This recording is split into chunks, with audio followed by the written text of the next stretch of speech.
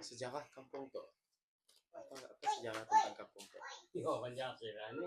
Anda pelik biasa pendam tu lah kat tempat perkuburan orang Islam lah. Diubah kepada Sarinaya. Asalnya macam ni jadi pendam tu pun ada yo dalam ya. Nah, ini dah ada sekali jadi senang kita ya. Ikut aja ya. Okey. Nak cerita panjang cerita. Aduh.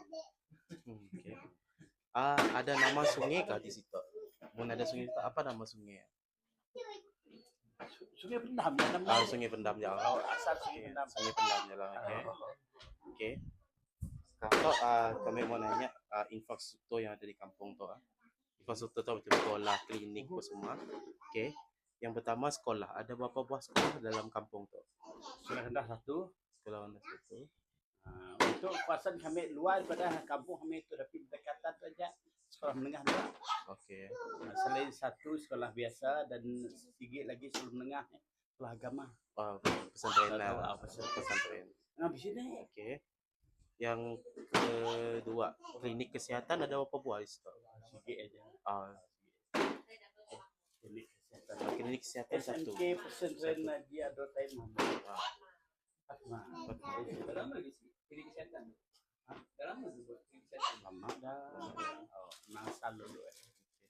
Tapi kalau sebelum ada klinik kesehatan kan, sebelum klinik tu ada, sebelum dibuat di klinik tu, kalau orang sini kau nak dapatnya perawatan di Semunjan. Semunjan. Guna perahu dulu, guna jalan asal. Buat banyak bantu lah kan. Baik. Okey. Situ ada balai raya kah? Raya Banyak. Kami situ bukan aja balai raya. Buat masa tu tiap kampung ada pusal berbumbung. Wow. Betul. Dewan pusal berbumbung memang ada. Dewan pun kebanyakan dewan yang dah tutup, dah bekon semua. Termasuk masjid-masjid sekarang. Rumah ibadat? Rumah ibadat si kira lah masjid kah, gereja kah, bekong kah atau orang? Ada berapa buah?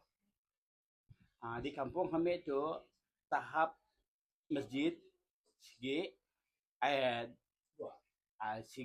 jabat di masjid daerah yang besar tu. Ya kami tempat Jumaat. Tapi asal sebelum Jumaat mesti ada masjid lama di tengah ya. Di tengah dilimpas tak orang pergi kawasan yang dinaik tadi. Ya pun nak dinaik tarap juga. Diubuh tahun tu. Dah dibina barulah untuk tahun baru lah. Surau naik dua. Surau dua. Masjid dua. Tapi sikit diguna untuk naik sikit masjid lama ya dah kiranya buat operasi macam surau ya lah. Jalan raya di situ baikkah keadaannya? Alhamdulillah. Jalan raya baik lah. Baguslah. Jalan-jalan kebun pun dah bagus juga. Dah betah ya nak. Jambatan. Situ ada berapa buah jambatan? Dah jalan ada jambatan lagi. Cuma jeti dek nenun aja. Sudah kurang jambatan kita. Rumah orang dah bertembok dah atas tanah semua. So kurang lah. Ada jambatan ni pula kita dah konkrit semua. Kebanyakan dah konkrit dah. Mau pergi kecuali ada sebuah dua ya rumah ya dibina di pola jemput lah. Yang lain-lainnya dah di pola oleh kerajaan lah. Mun parit di situnya cukup kah? Baikkah keadaannya? Keparitan Peparitan kebanyakan peparitan kampung tu dah di pola konkrit untuk air kumuhan daripada rumah-rumah. Jadi untuk apa nama ID channel untuk kebun, alhamdulillah sebab kami situ untuk dalam masa 2 tahun dalam masa 2 tahun. Dalam masa setahun 2 kali pembersihan peparitan. untuk kerajaan 2 kali setahun. Dan Bekalan. jumlah dalam tempoh 2 tahun sekali 200,000. Oh. Okay. Itu Dah di kontrak. Bekalan air bersih di kampung tu cukup kah? Cukup, insyaAllah betul tu. Cukup. Tapi terkadang ada juga ada air ke masa tidak pembersihan dan ada gejala yang si bagus lah kerana pecah apa itu ini ya biasanya. Karan selalu cukup tahun 2 tu dah okey lah. Saya dah black out. Sebelum tu dulu 5 tahun lepas setiap raya memang black out lah. Ya, masa tu ada punya sekejap ya. Dang lumrah situ. Saraya black out lah situ.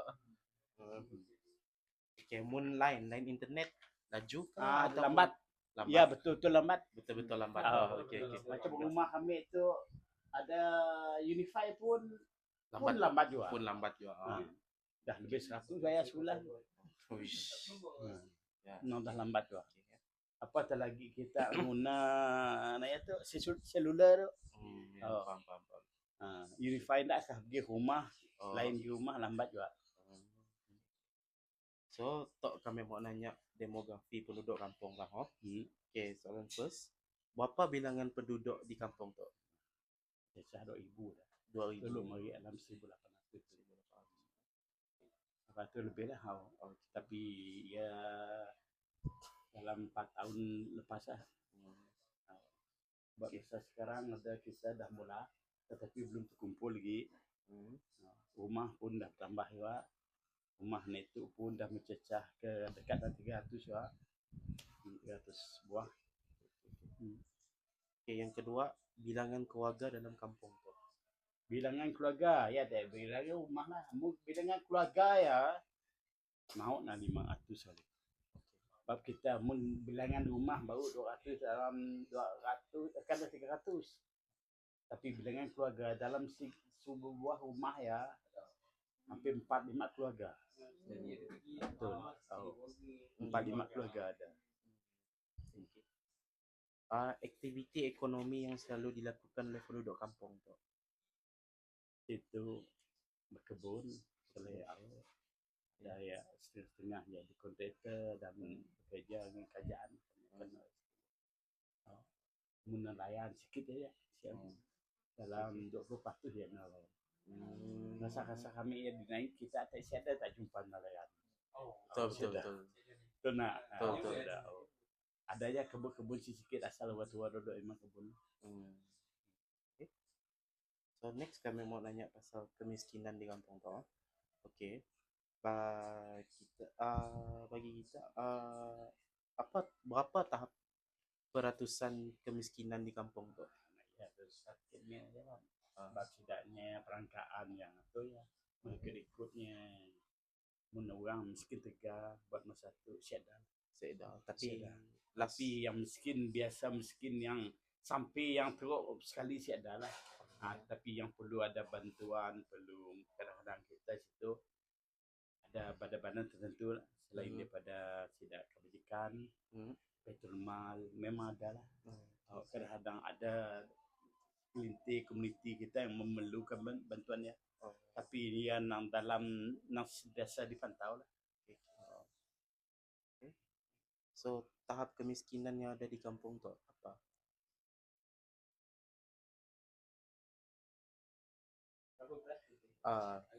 Agak-agak kategori miskin apa yang ada di kampung tu?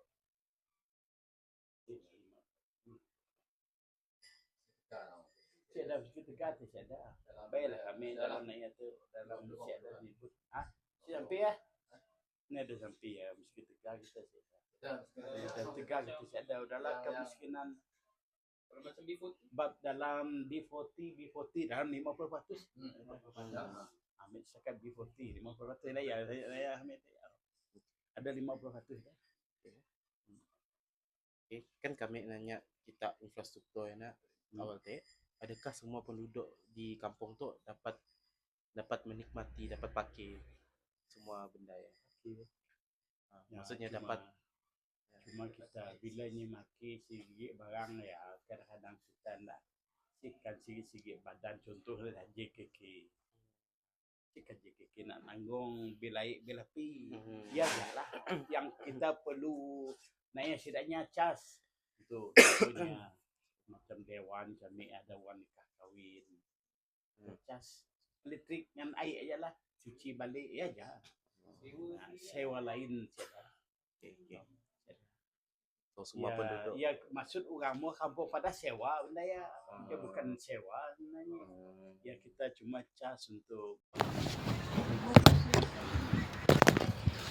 buang kemiskinan buat kampung masa tu. Nah setidaknya masing-masing hal-hal ekonomi masing-masing yang main peranannya pula. Selain daripada ya banyak setidaknya nanam ketika cili dan kami Yatim Madani pun ada mula COVID siapa yang nanam cili dan diberi juga COVID macamnya secara percuma tetapi setengah harga.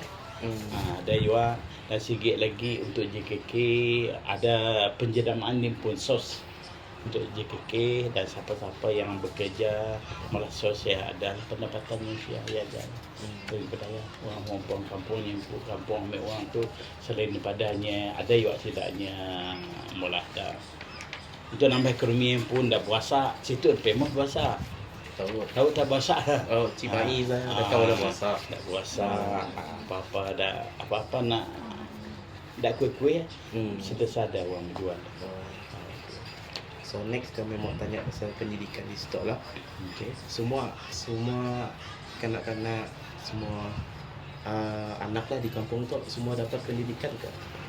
Ini ada orang sempat lagi kena denda ni tu. Semua sih orang semua anak sekolah ni tu kena denda. Ya. Oh, semua orang dapat. Pandai-pandainya ya. Okay. So kemudahan seperti pengangkutan atau internet kami sih sentuh lah. Okay, tentang pengangkutan cukup tak untuk tidak ke sekolah? Ada disediakan? Ada. Masing-masing ada. Masing-masing je lah. Alah sebuah rumah 2-3 buah dah kereta motosikal lebih pada pakai dah. Okey. Tok soalan pendapat bagi pihak kita lah. Saya ada salah, saya ada betul. Pendidikan penting sih untuk ubah kehidupan penduduk di kampung tu. Kenapa? Sebabnya tu sangat penting. Sangat penting. Ya pandai-pandai tak pun mula si anjang lah kita. Okey, betul nak salah. Okey. So tentang pelancongan lah. Okey, kampung tu macam ni pelancongan dia. Banyak kampung tu lebih daripada 20 buah. Cecah 20 buah homestay tu. Siapa-siapa yang nak datang pindah Pelancongan untuk pelancongan, main lagi pelancong dalam puasa sila penamtek bangsa Bugis main peranan besar buat masa tu lah. Dan Jawa, sebab kita berbilang kaum tu. Jawa, Bugis, masakan berbagai-bagai lah. Masakan pun berbagai ya. Okey. Lebih lagi macamnya ada nelayan terubuk macam 24 itu 24 Ustaz terubuk. Sikit lagi ekon kami orang macam naik tu macam ekon stadium tengah bola. Bola lagi ada sikit bangunan lagi nangsan dah dalam ya. Okey. Tarikan utama apa di kampung tu? Yang mula orang mula tahu situ. Ketubuk mana? Ketubuk betul. Itu daripada dia lah. Okey. Mun pelancong apa datang situ nak. Apa benda yang boleh pula selalu kebanyakannya? Sambil situ untuk buat pelancong datang selalu dekat sidak bahasa Bugis kebudayaan. Daripada sidaknya nikah kahwin ada sidat tidaknya macam ni persalinan hiasan semua jedanya lah. Nak terubuk kasih puasa makanan lah. Kita sikit lagi soalan pendapat dan untuk soalan terakhir lah. Okey. Untuk apa cabaran utama untuk memajukan pelancongan kampung tu? Ada sih. Mau tak ada tu. modal Modal lah. Mudah. dananan bola macam ke apa nama kecil kampung kita tengah usaha Kudu modal. buat masa tu yang main peranan besar bakal pulu bakal kekeh buat masa tu main dah mudu lah tu bakal kekeh ni tahun baru kelak orang lain datang memang hubungannya tunggu letikan InsyaAllah. Okay. So, dia je lah soalan dari pihak kami orang. Terima kasih Tuan sebab sudi luang masa. Minta maaf juga datang akhir bagi teh. Ya, Allah. hobi rasa bagi hadir nang cara salah saya Aku ni dah pergi sana dia. Mesti pergi ke dia. ni dek Okay. Enggak ada ayah juga. Dah pergi dah kenyang juga. orang sebelah